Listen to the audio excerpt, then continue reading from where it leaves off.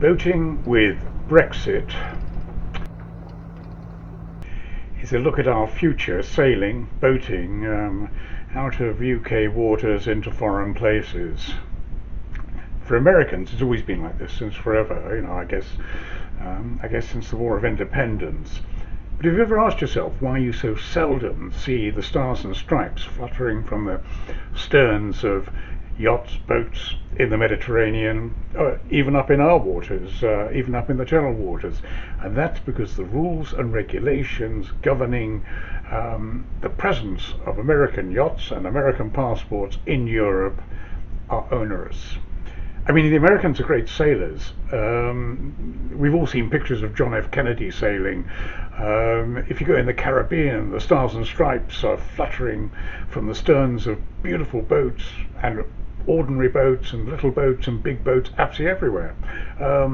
They're all over Mexico, they're all over the Bahamas, they're all over everywhere, but they're not over Europe, not in European waters. So, from now on, with Brexit, the rules for American people sailing and British people sailing are now exactly the same.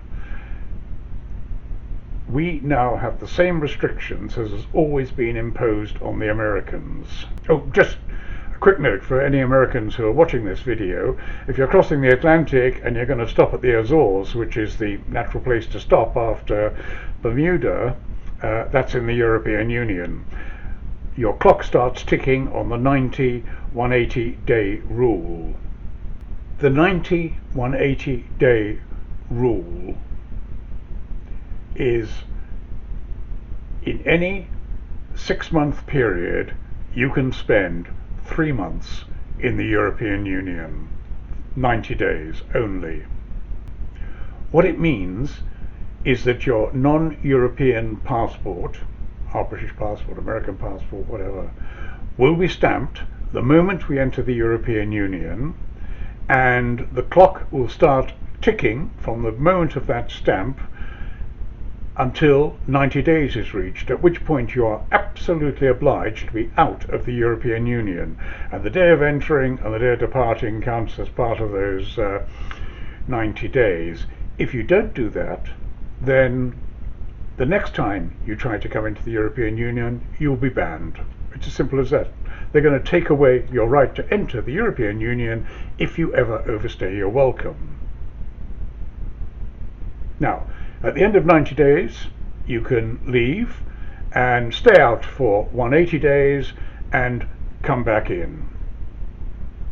You can, of course, also do it.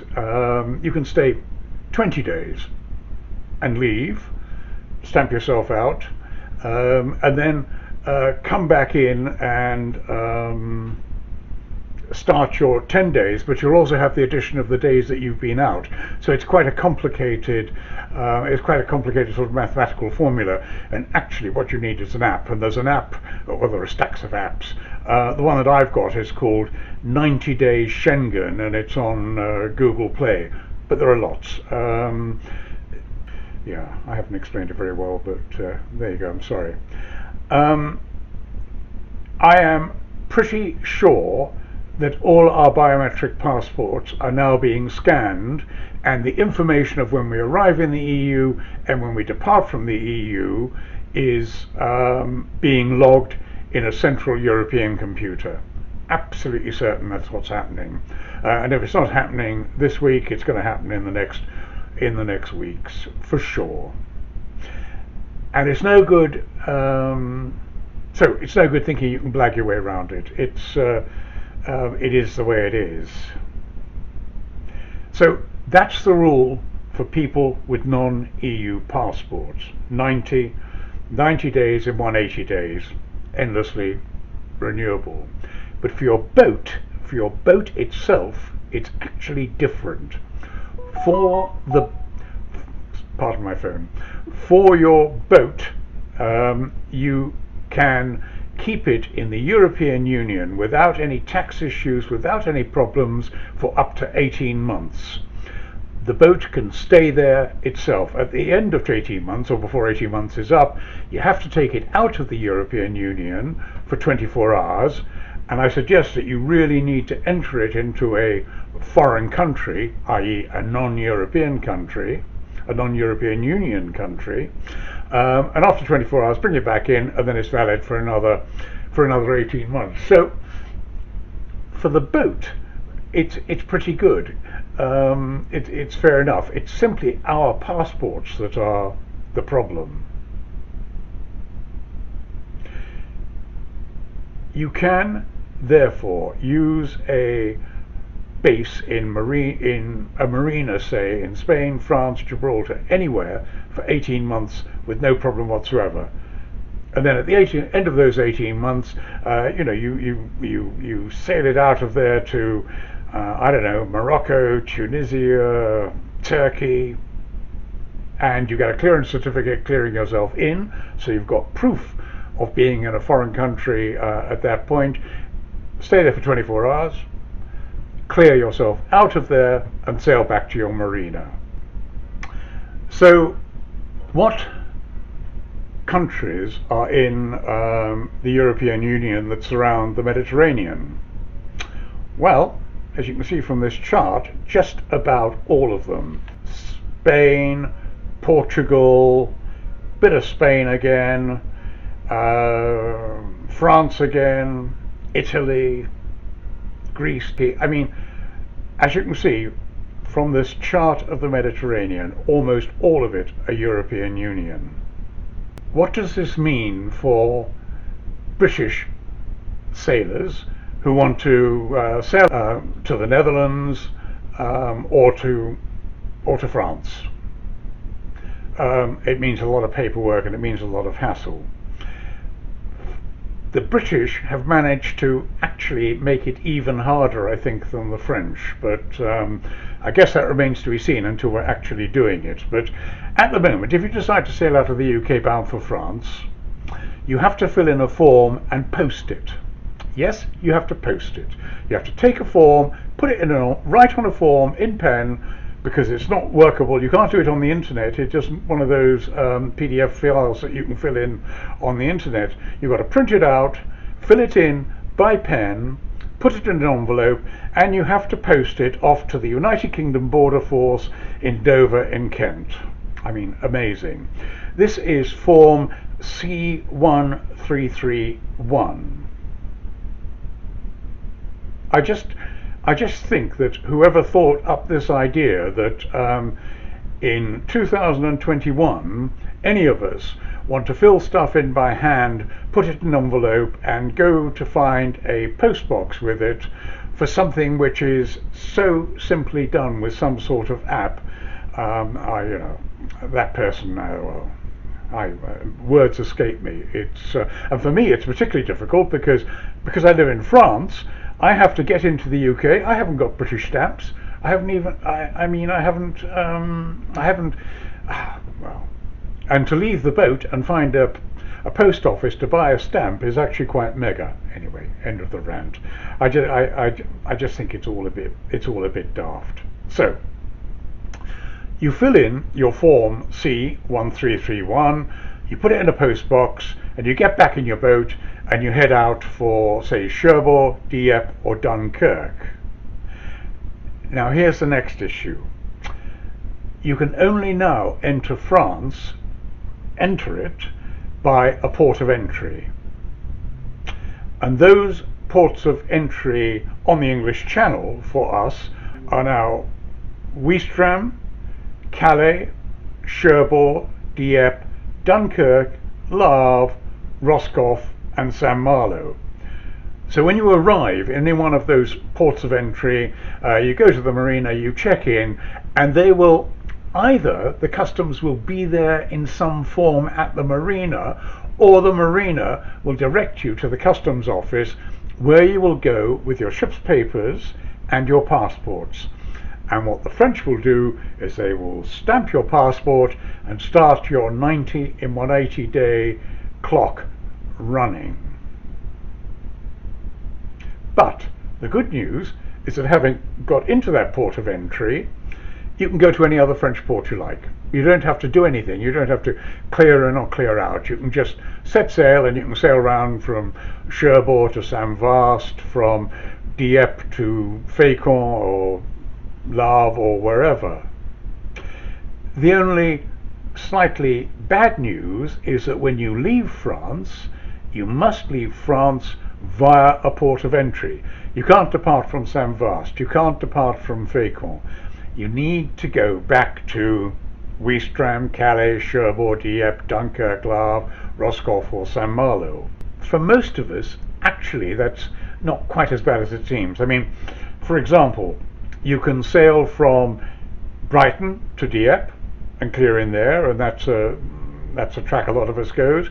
You can sail from any of the Solent ports to Cherbourg and clear in there, and Cherbourg is actually the head office of the French Douane Customs organization for northern France.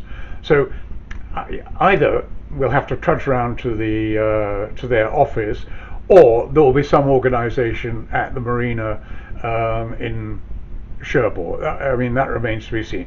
But basically, you have to go and find the customs once you've arrived in Cherbourg, but that's not that onerous. If you're heading for Brittany, it's a bit more of a problem. In the old days, I mean, the easy route was to get down to the Channel Islands, which you have to check into anyway, but they're not in the European Union, so your 80-day clock doesn't start there. You check into the Channel Islands, go into Cherbourg, then go round to, say, Alderney. From Alderney, go into Guernsey, and from St. Peter Port, you could sail down to Tangier or Les Ardres rivers, one of those two, and go in there. You're not allowed to do that anymore. You have to go first to Saint-Malo and clear into the northern Brittany part of France. Even if you've been to Cherbourg and cleared in there, really you should have cleared out of Cherbourg to go to the Channel Islands. So I guess you could try and pull a flanker and do that. I'm not sure. I think it would need a sea lawyer to tell you whether that's okay. But broadly speaking, you should go into Cherbourg, clear out of Cherbourg, clear into the Channel Islands, clear out of St. Peter Port, head down to Saint-Malo, and it's 50 miles to Saint-Malo, and then go round to Les Ardres or Tangier, and you're set. You can go all the way down through Brittany and all the rest of it. You don't have to do anything else until your 90 days runs out. So that's okay, I guess. When you get back to England, when you sail back into the Solent or Brighton or whatever, hey, you have to report to the British authorities. Now, they've actually managed to get that a little bit more sensible. You phone up the National Yacht Line on 0300 123 2012. Fine. You report your arrival on the phone to them. But as I read what it says on the website, and I could be quite wrong here, but as I read it, you then have to fill in C1331 and post it off to the United Kingdom Border Force Yacht Reports in Dover. Write it out by hand, stick it in an envelope, buy a stamp and post it. Well, whether you buy a stamp or not is, well, I guess that's up to you. It is, I mean, I just find the concept of posting stuff to Dover, and they're going to get eventually in the summer, I assume, so overwhelmed by paper, because we're not going to stop going to France, we're not going to sail there.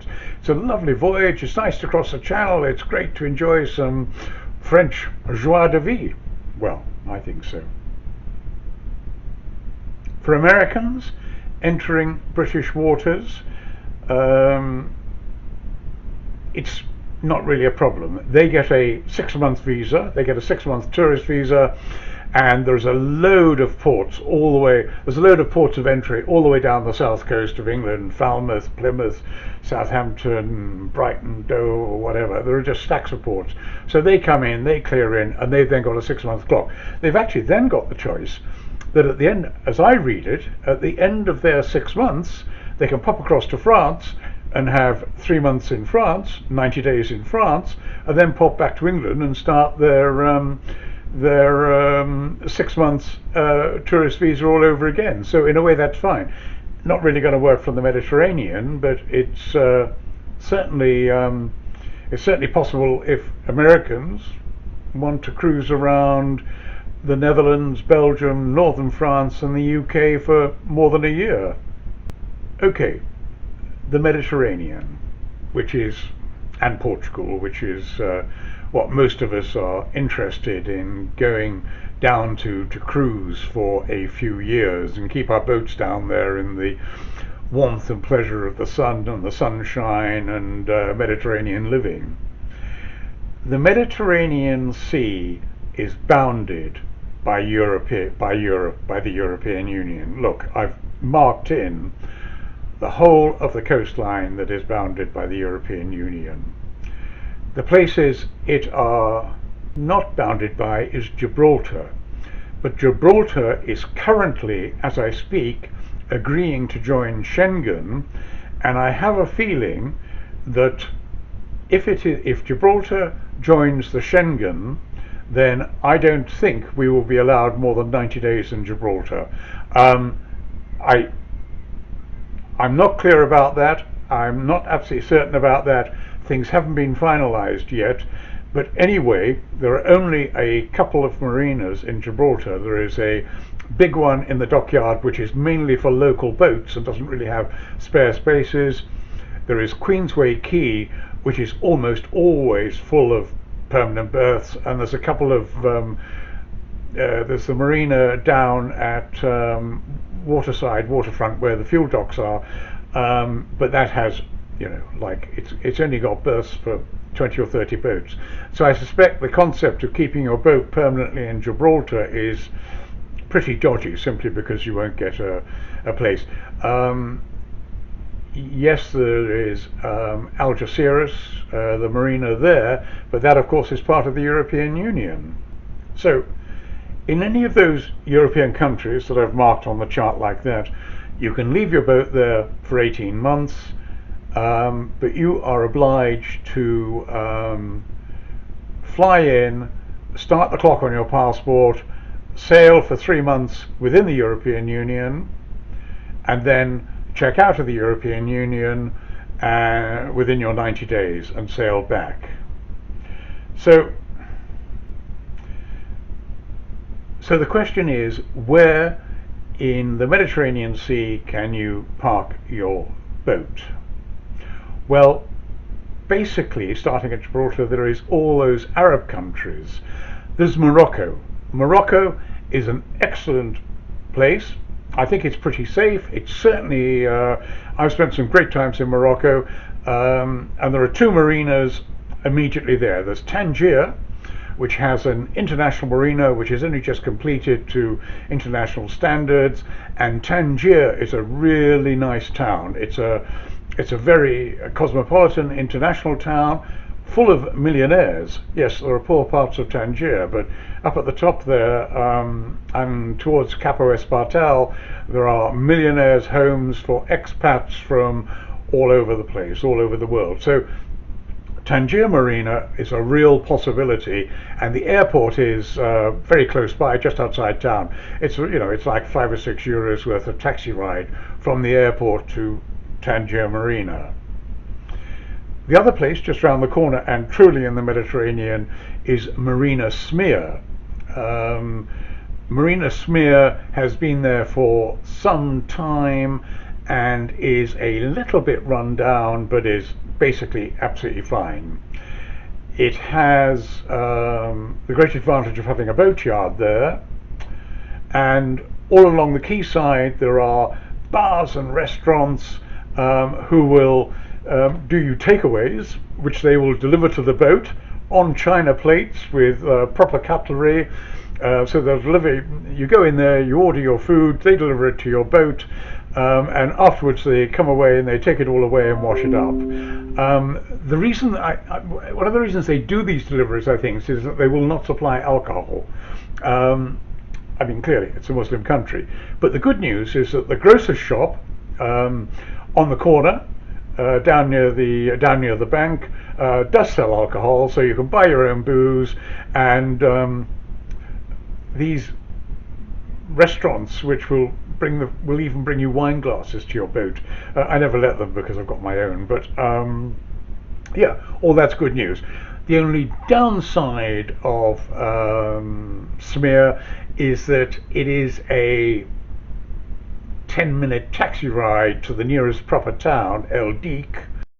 Yeah, El Dik is fine. It's got banks and supermarkets and all that sort of thing, but it is a 10-minute taxi ride away, and for that taxi ride you need to be paying in dirhams, but you've probably got some dirhams anyway. So that's Morocco. Out of Smir, you can cruise all the way down to Melilla on the Moroccan coast, and Melilla, like Ceuta opposite Gibraltar, are Spanish enclaves. They are tax-free zones, and both of them are places where you could leave your boat permanently, and your passport and your EU passport is not going to start running on the 9180-day rule in those places. The problem is neither of them have got airports, so the only way you can get there is by sea, by ferry or similar. So yeah, I don't quite know how that works, and neither of them have got very much large-sized marinas. After Melilla, there's Al Hokeima, which is the last port in Morocco, and then you've got Algeria, and Algeria is absolutely a no-no. A, it's dangerous for Europeans to go there, and B, they won't let us in.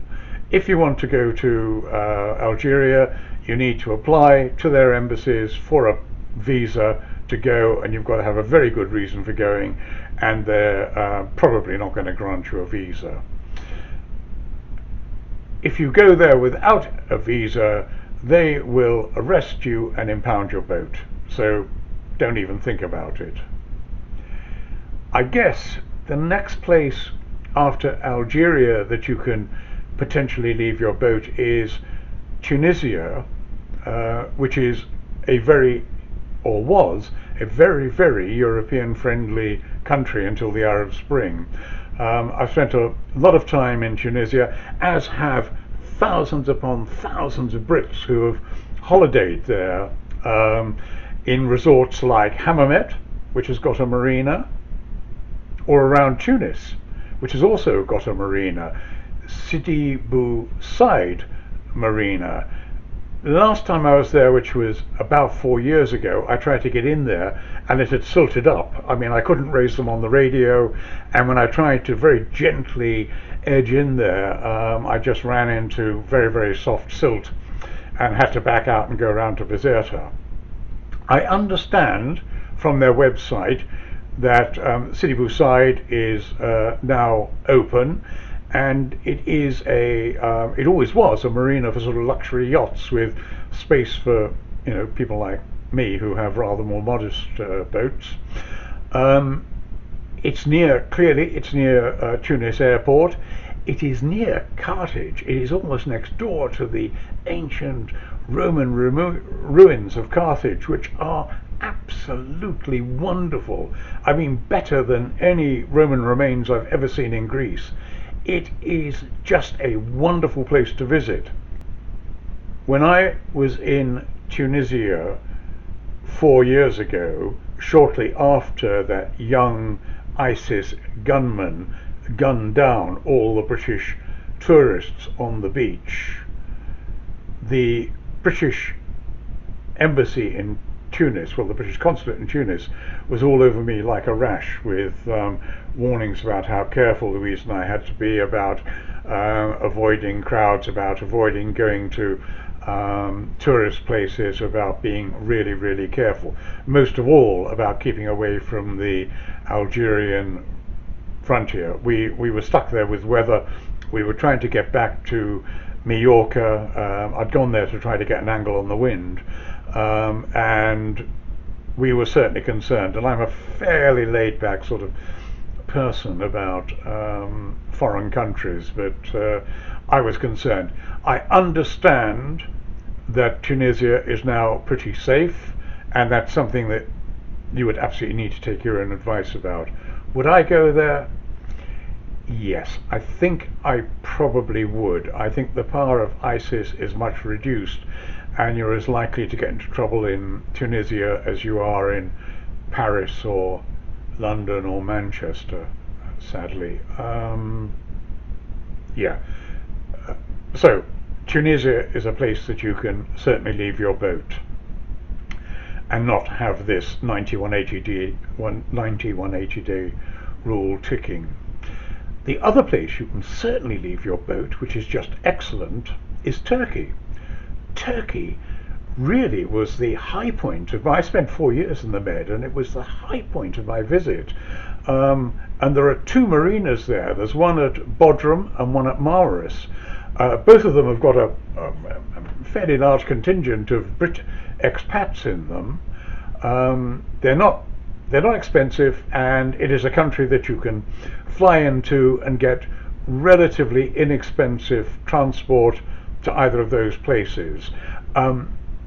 If you're into history, if you're into visiting ancient sites, ancient ruins and things, and I confess I'm a bit of a sucker for all that. Bodrum, Turkey, Marmara, just wonderful. The anchorages in Turkey are unbelievably beautiful, unbelievably lovely. The Turkish people are a joy. I used to eat in a Turkish restaurant in a back street, and they used to apologise to me for not serving alcohol. I mean, every time I went in there, they would apologise for not serving alcohol, and they would say, "Listen, you know, if you want to bring your own, you can." I never did because I think it is right to be respectful of the culture of the country that you're in. So yeah, I'd have a few drinks in my boat for sure. And if I went to a tourist hotel, I would go to their bar and have a few drinks. But in a very Muslim restaurant, no, I think I don't think you should. Anyway, that's it. So Turkey is a real ace place to go to. I suppose Israel is a possibility. I've actually never been to Israel, and further on down, Egypt. I guess Egypt is. Egypt is worth considering in terms of the Red Sea. The Red Sea is a wonderful cruising ground. It really, really is, and there are marinas in Egypt, modern marinas, and it would be possible to base your boat there. And I think some Europeans do. I've cruised the Red Sea. Well, I've come up the Red Sea from the Gulf of Aden, and I've spent a little bit of time in the marinas in Egypt, and I've holidayed in Israel on the Red Sea, and it's all lovely. Whether you would want to keep your boat there permanently or not, I don't know. That's something else. And finally, there's one other place I haven't mentioned, which is Cyprus. And I confess, I've only been to Cyprus by air. I've never been there by sea. But it's divided into two countries. There's North Cyprus, South Cyprus. North Cyprus belongs to Turkey. My sister used to have a place there, and I've spent a lot of time in North Cyprus. Great place, lovely. The South Cyprus, which is British, we've got an air base there, and both these are places where you could base your boat and not be subject to the 9180 day rule. And in a way, that's it. Back to the chart of the Mediterranean, just these places that I've circled are where you can place your boat in the Mediterranean long term and have your passport not have its clock running on the 90, 180-day rule every time you arrive. Yeah, so that's my, I confess it's probably a bit muddled guide to boating with Brexit. It's all these restrictions are part of the reason why I've decided to take my boat to the Caribbean. But to be fair, I have spent 4 years in the Mediterranean. I've spent 14 years in the Mediterranean with boats, so I know it quite well, and it's not a new place for me. And it may well be that for you, it's worth thinking about these various solutions and doing it for a few years before you head out to the Caribbean, as I'm sure you will eventually. I'm not a lawyer, and I hope I haven't come on as a sea lawyer, so you really do need to check everything I've said. I believe what I've said is correct and right, and if you think I'm wrong, please, leave a message underneath this video, and if I get enough messages telling me I'm wrong, I'll take it down and change it, or add bits to it, or do a supplementary video. It is all new to us, but I think we're going to be sailing again late this summer, so I thought it was worth making the video. Please, if you want to, press my subscribe button. I'd be grateful if you did. I'm going to put together a sort of little booklet about all this, and it'll be available in a week or so, up on my gentle sailing book website down here, and you can get it from there if you think it's worthwhile. It's basically a transcript of this video, or rather the script I originally wrote and didn't look at when I was making it. Anyway, good luck with it all. Enjoy boating with Brexit. I'm not looking forward to it. Fair winds, safe landfalls. Bye.